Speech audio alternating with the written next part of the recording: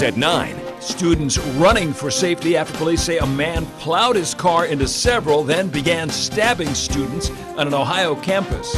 Our teacher ran in and locked the door, and at the same time we all saw we heard a bunch of sirens. Why investigators say this could be tied to terrorism. Attacked and sexually assaulted. I was just trying to enjoy my birthday. A woman says she was out at a bar when 3 people made her a crime victim. What she's now doing to find those responsible and how you can help. In search of answers. The reporting that has happened of late that Russians were trying to hack our election systems is a new set of information. The request for voting recounts now underway in 2 states. How President-elect Donald Trump is responding and how much it's costing to do this. Also, one woman calls it a holiday miracle.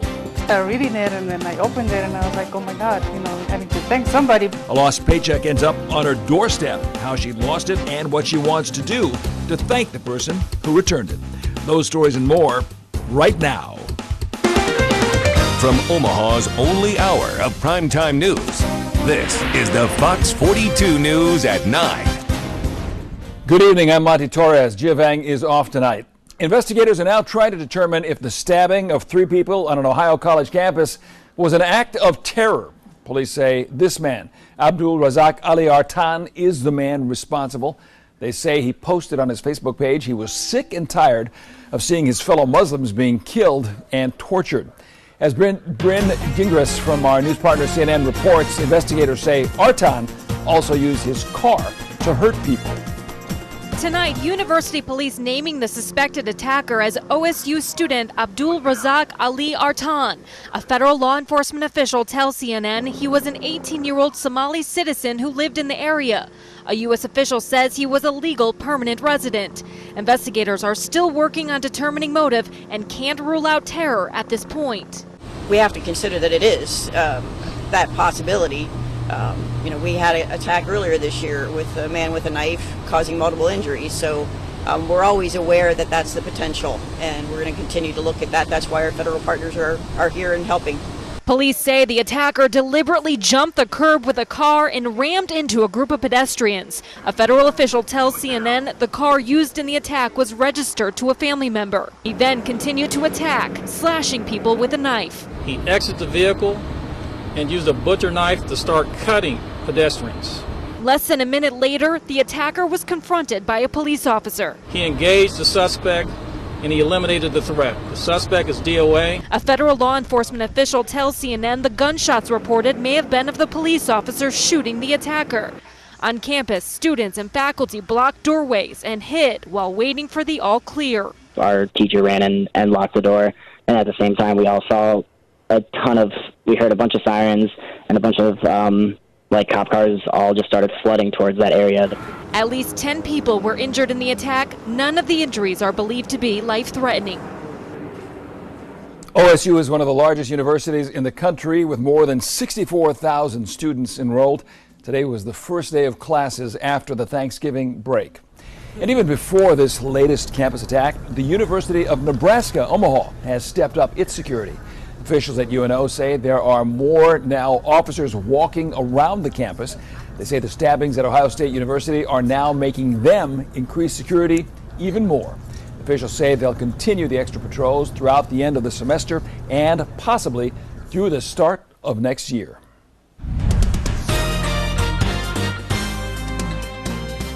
And it was a cool Monday across the metro today. Temperatures in the 50s. We had 53 for the high temperature in Omaha today. Right now we're 44 degrees and partly cloudy with a west wind at 10 miles an hour. That makes that 44 feel like 39 right now.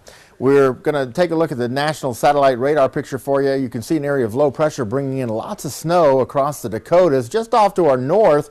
But the snow is going to stay to the north because this low is going to move northeastward on up toward the arrowhead of Minnesota by tomorrow. The trailing cold front continues to march eastward. That's kicking off showers and storms across the Great Lakes down in the Tennessee and Ohio valleys. Could see some very strong thunderstorms down through Alabama and Tennessee tonight. Stick around. Your bus stop forecast is on the way. All right, Kevin. A woman is now hoping social media will help find those who she says brutally attacked and sexually assaulted her.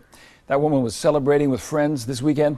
As Fox 42's Katie Blaze reports, she says The bad guys also got away with her purse and gifts. And Katie, she says she was just trying to celebrate her birthday. Yeah, that's right, Monty. The woman's sister shared pictures on Facebook of what happened, and those images, well, they're pretty tough to look at. Now, the woman says she did have a lot to drink, and she says she doesn't even remember everything that happened during the attack. Now my kids have to see me like this. My friends have to see me like this. Savannah Haight is covered with bruises and can't open her left eye. It's all because of what happened on Saturday night. I'm just trying to enjoy my birthday. But the party ended when Haight says she felt sick from drinking. She and her husband stopped in front of the Amazing Pizza machine so she could get out of the car. Haight says her husband went back to this bar to get her friends. As she sat there waiting, she says a girl pulled her hair, and then two guys showed up and one of them began beating her. He kicked my face repeatedly. And then there was another guy. He laid on top of me.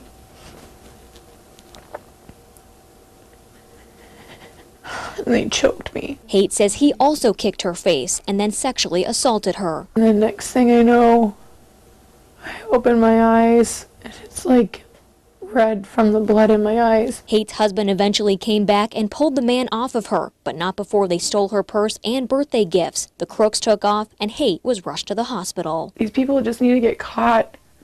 The next time this happens, it's going to be to someone else's loved one. And what if they're not so lucky?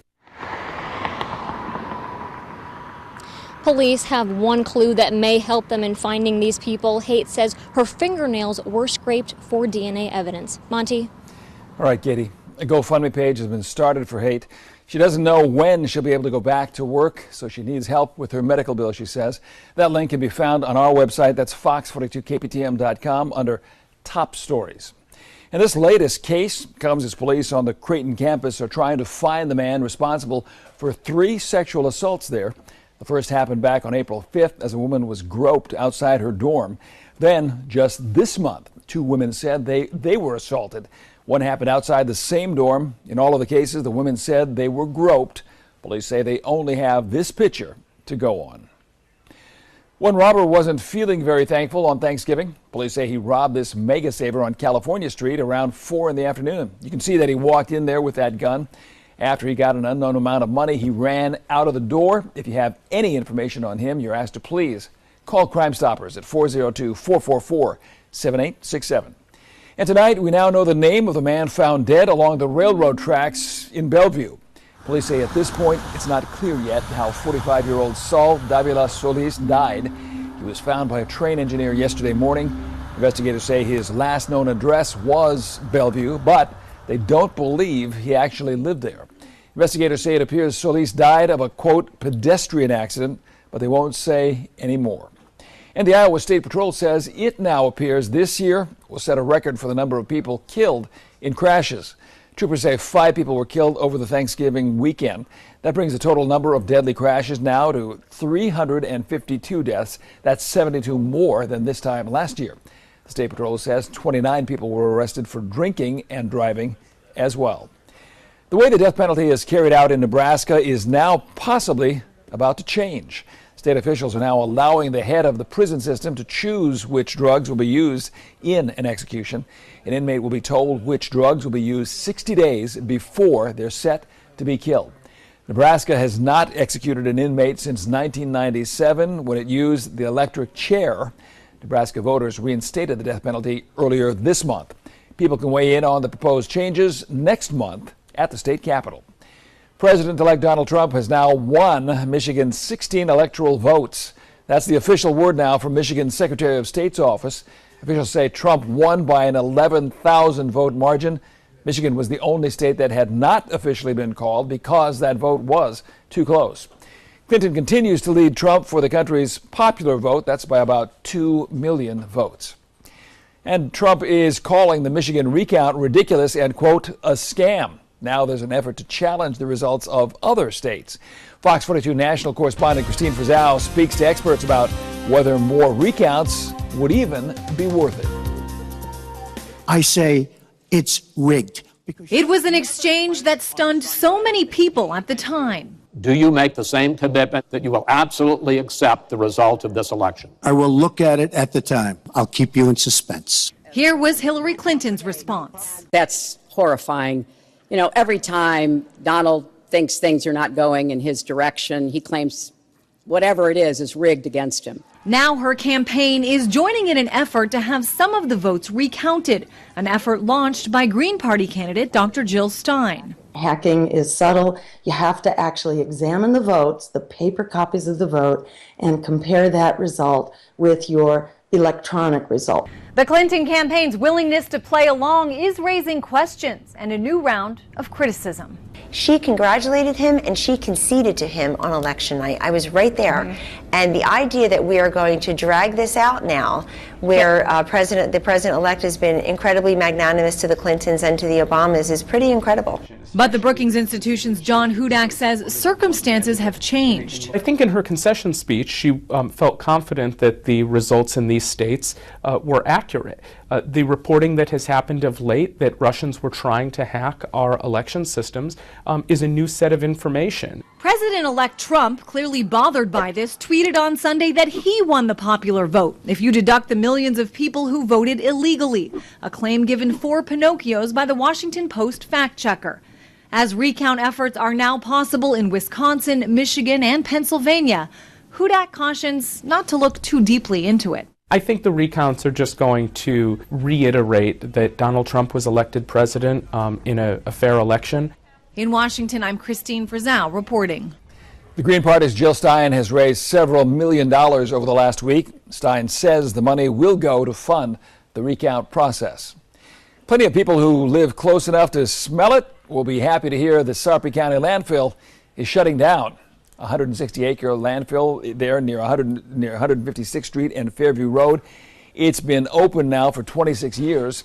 The landfill will be capped with dirt and grass. It'll be officially closed in the fall of next year. That trash will be taken to a landfill in David City, about 60 miles west. And it's the end of an era for the Council Bluffs School District. Superintendent Martha Bruckner has announced she will retire at the end of the school year.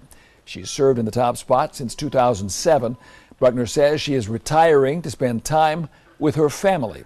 The district plans to start the search for a new superintendent early next year. Bruckner's retirement comes at the same time the Omaha School District is searching for a new superintendent as well. Several nonprofit organizations in Omaha are now getting a generous holiday present, thousands of dollars in donations.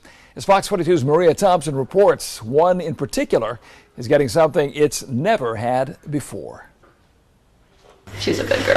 Just her alone, just her routine care is going to be several $100s. A bill that Carrie Ferguson no longer has to worry about. This is 3-year-old Daisy, Chihuahua Terrier mix, or as Ferguson calls her, Daisy May.